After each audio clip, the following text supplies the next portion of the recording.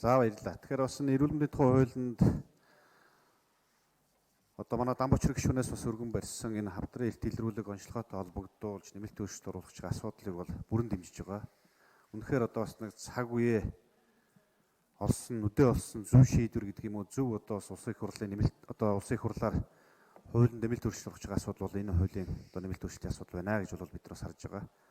За сая бас их хамгаалан гишүүний хэлснээр үнэхээр 29.3 тэрбум төгрөг гэдэг бол Монгол улсын төсөвт бол бас төдийлөн ачаал дарамт болохгүйгээр бид нар энийг шийдэх бол бүрэн боломжтой ийм чухал зүйл бол байна. За өнөөдөр Монгол улсын хэмжээнд сая бас жилдээ нэг 400 гаруй хүн бол одоо хор тавдраар одоо нас бардаг гэдэг тоо статистик судалгааг бол хэлж байна. За бид нар манай Аранга аймгийн хувьд бол бид нар бас энэ асуудлыг бол судалж үзээд 2017 оны 12 сард гэж авч үзэхэд 179 хүн тэр жилдээ бол хор тавдраар онцлогдоод 144 хүн бол тухайн жилдээ бол насарж байгаа асуудал бол гарч ирж байгаа. Тэгэхээр хөдөө орон нутг буюу хотод энэ бол ялгаа байхгүй, энэ статистик тоо бол адилхан байна. Үнэхээр тухайн тэр одоо юу гэдгийг хавдрынх нь 2 3 дугаар шинж тэмдэгтээ ороод үнэхээр хүндрээд тухайн жил хүрэхгүй хугацаанд бол тухайн тэр онцлогдож байгаа хүмүүсүүд бол насарж байгаа ийм харамсалтай тоон үзүүлэлт бол одоо бидний дунд бол бас байна. Тэгэхээр бид нар энийг ямар нэг одоо дөрвтэй энэ шийдвэрийг бол гаргаж энэ хууль бол нэмэлт өөрчлөлтөөр оруулж тухайн тэр санхүүжилт шаргалтай их усрыг нь төсвөөсөө ингэ шийдээд явах нь бол зөв зүйтэй гэж бол бас харж байгаа. За сая Аранга аймагч нь бид нар жишээ авахад сая одоо яг энийг бодит хэрэгжүүлэх шаардлага байна гэдгийг бодит жишээ нь бол бид нар сүүлийн 2 жилийн хугацаанд сая жилдээ нэг 144 насарч байгаа бол энийг бууруулах доотлол нь 3-4 жилийн хугацаанд нэг 50% бууруулах арга хэмжээг авахын тулд аймаг дээр эрт илрүүлэг үзлэг онцлогоог бол одоо чи бүрэн одоо доктор эрхлэгчийн тусламжтайгаар бид нар бас хавдар судлалын үндэсний төв эмчнэрийг сүүлийн 2 жил гаруй хугацаанд Аранга аймагт явуулж за ингээд нийтдээ нэг 4000 гаруй хүнд үзлэг хийгдэхэд бол тэндээс бараг 40 гаруй хүн бол одоо хавдрын шинж тэмдэгтээ за тухайн одоо хамгийн сайн мэдээ нь бол дандаа ихний 1-2 дугаар шинж одоо юун дээр бол байсан.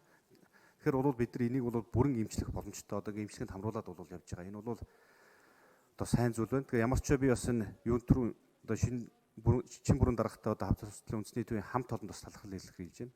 Бид бүхний ажлыг дэмжиж. За энэ бүх одоо хавдар судлал хавдрын гаралтыг бас бууруулахад бид бүхэнд бас дэмжлэг үзүүлж байгаад бол та бүхэн талхаж байна. Та хамт олонд. За бидний анхаарах ёстой нэг асуудал бол байна. Би сайдаас бас нэг тодруулах гэж байгаа зүйл ерөн зүгээр Монгол улсын хэмжээнд нийтдээ одоо энэ манай аймагуд маань бол бараг дийлэх нь бол компьютер томографт болцсон. Энэ хавдрыг эрт илрүүлэх онцлогоо хийхэд бол 2 дугаар шатлалын эмнэлэг дээр бид нар одоо оншилж тухайн эрт илрүүлэх тухайн тэр компьютер тоног төхөөрөмжийн асуудлууд маань ер нь хэр байгаа юм болоо. Тухайн аймагуд дээр энэ боломж болцоонууд нь байна уугүй. Хэрв компьютер томографгүй тийм аймаг байвал ер нь хичнээн аймаг үлдсэн байгаа даа. Энийг бид нар энэ 2020 оны төсвийг ялцах төсвийг одоо энэ улсын их хурлаар хэлцэж эхэлнэ. Тэгэхээр энэ цаг мөчид ер нь зүгээр шийдвүүлэх ёстой тэр аймагуудын таас тоог нь болоод нэг нь хэлээд гэж. Тэгээ энэ дээр бол хичнээн хэмжээний төсөв мөнгө хэрэгтэй байгаа даа. Энийг бол бид нар хамтран ажиллаад шийдье гэдэг асуудал хийх гэж байна. За эрт илрүүлэг онцлогоог хамгийн нэгдүгээр асуудал бол илрүүлэг онцлогооны асуудал. За цаашдаа том урт хугацаанд бид нар энэ эрүүл мэндийн урьдчилан сэргийлэх боловсрол олгох, энэ хавдрын тухай ойлголт сэрэмжлүүлэг олох асуудал бол хамгийн чухал асуудал байна гэж хараад байгаа. Энэ тал дээр яамны зүгээс ер нь та хэд маань бас энэ боловсрол соёл одоо шинжилгээ ухаан боловсролын яамтай хамтарч ер нь яг ямар ажлыг хийхэд төлөвлөж байгаа бол бүр хүүхэд ахуй цагаас нь энэ талаар урьдчилан сэргийлэх тухайн тэр хавдрын их усрүүдэд тэмцэх ажлуудыг мэдлэг олох чиглэлээр бол бид нар ажиллах шаардлага бол байна. Саран гэрэл цод асуултанд хариулъя. За тэмүүлэн гүшин чухал асуултууд асууж байна. Үнэхээр урьдчилан сэргийлэх үйл ажиллагаа бол хамгийн чухал. За дахин хэлэхэд энэ хуулийн төсөл батлагдсанаар бид 21 аймаг 9 дүүрэгтэй 25 дэрийн эрт илрүүлгийн тогтвор суурьшилтай нэгжтэй болох юм байгаа юм шүү. Тийм учраас одоо эхний үед нь илрүүлж тухайн хүний амьдралын чанарыг сайжруулах улмаар эрүүл амь насыг нь хамгаалах юм боломж үүсдэг. За үнэхээр компьютер томографийн асуудал бий. Одоогийн байдлаар бол 6 аймагт байхгүй байна. Түүний дотор таны тайраг буюу Аранга аймаг бол энэ олон жил ерөөсөө сэтггүй явж ирсэн юм билээ. За бид нар аймагуудын асуудлыг шатраатай шийдэж явж байгаа. За хамгийн сүүлийн үеийнх нь бол 168 төсөлттэй гарсан байна. За эдгээр нь бол өндөр үнэтэй. Манай хавдар судлалын үндэсний төвд одоо Бат Эрдэнэ гишүүн бид нар бас өнгөрсөн парламентод ажиллаж байгаад 128 төсөлттэй сэтидэ болгосон. За орон нутгийн тухайд бол бас үнээс арай бага хүчин чадалтайгаар ингээ хангаж явж байгаа. За энэ жилийн хувьд бол Дорнод аймгийн бүсийн онцлогын эмчилгээний төвийг бол хангаж чадсан. За одоо бол Булган, Орхон, за Арангаа зэрэг 6 аймагт бол сэтид шаардлагатай байгаа. Энийг одоо үнэхээр 20 оны төсөвт бол суулгаж зайлшгүй шийдвэрлэх шаардлагатай гэж ингэж үзэж байгаа. За өргөжлүүлээд энэ хамгаалан гишүүнийхээ асуултанд хариулахад бол чим өрн дараагаа бид нар бүх талаар дэмжиж байгаа, сайн ажиллаж байгаа. За энэ жил бол ерөнхийлөгчийн зарлагаар хөдөлмөрийн гавьяаны улаан онцгой одонгоор шагнагдсан байгаа. За ер нь хавдрын чиглэлд бол төр засгаас онцгойлон анхаарч байгаа шүү.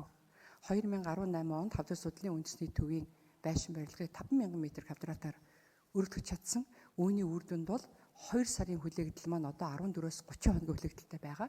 За хэдийгээр буурсан гэхдээ 14-өөс 30 хоног гэдэг бол бас л одоо урт хүлээгдэл байгаа учраас цаашид бол одоо өргөжүүлэх шаардлагатай. За дээр нь бид нар үндэсний онцлогын эмчилгээний төв, ангаахын шинжлэх ухааны их сургуулиудыг ашиглалтанд орууллаа. За эдгээр нь энэ хор тавдраа онцлуулах гэж, за орчин үеийн эмнэлгийн тусламж үйлчилгээ авах гэж байдгаа барж гадаад орныг зорих энэ урсгалыг эрс бууруулах ийм боломжийг бол ингээ бүрдүүлсэн байгаа. За дээр нь хөдөө орон нутгийн тухайд бол Дэлхийн эрүүл мэндийн байгууллагын тусламжтай мобайл технологи бид нар нэвтрүүлсэн 97 газар, өөрөөр хэлэх юм бол Мачны хотод даслагдсан хорооны иргэдэд гэрт нь очиж эмнэлгийн тусламж үйлчилгээ үзүүлж байгаа. Зүрхний бичлэг хийж байна, эхот харж байна. Одоо бүх төрлийн шинжилгээнүүдийг авч байна. Энэ удаа ажлуудыг хийгээд явж байгаа. Тийм учраас бол ямар ч тохиолдолд ард иргэдийнхаа эрүүл мэндийг урьдчилан сэргийлэх хүслийг хамруулах чиглэлд бол эрүүл мэндийн яам бол ингээ бодлоготой ажиллаж байгаа.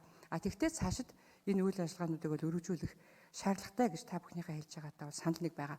За элэг бүтэн Монгол хөтөлбөр бол үнэхээр дэлхий дээр одоо загвар хөтөлбөр болоод явж байгаа. Тийм ч учраас өнгөрсөн жил дэлхийн элэгний одоо гепатитын эсрэг өдрийг Дэлхийн эрүүл мэндийн байгууллага Улаанбаатар хотод төвлөж зохион байгуулсан. Сая би бас баруун бүсийн чуулганд оролцоод ирлээ. Мөн л одоо Монгол улсын элэг бүтэн Монгол хөтөлбөрийг мөн загвар одоо хөтөлбөр болгож ингэж ярьж байна. Өнөөдрийн байдлаар бол 1.3 сая хүнийг БЦ вирусын эрдэл хэрэглэгт хамруулад, за идэвхжэлтэй бол тоолоод, за ингээд эмчилгээнд хамруулад ингэ явж байгаа. Та бүхэн маань мэдж байгаа эмнүүдийг нь бид нар одоо эрүүл мэндийн даатгалын сангаас хөнгөлж байгаа.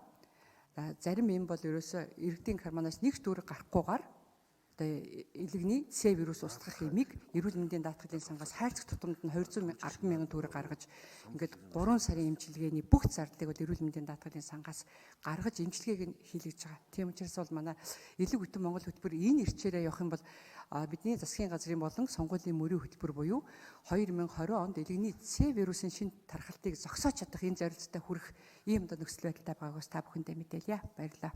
Би чин бүрэн даргаыг саяны тэмүүлэн гишүүний асуултанд өргөжлүүлээд бас зарим нэг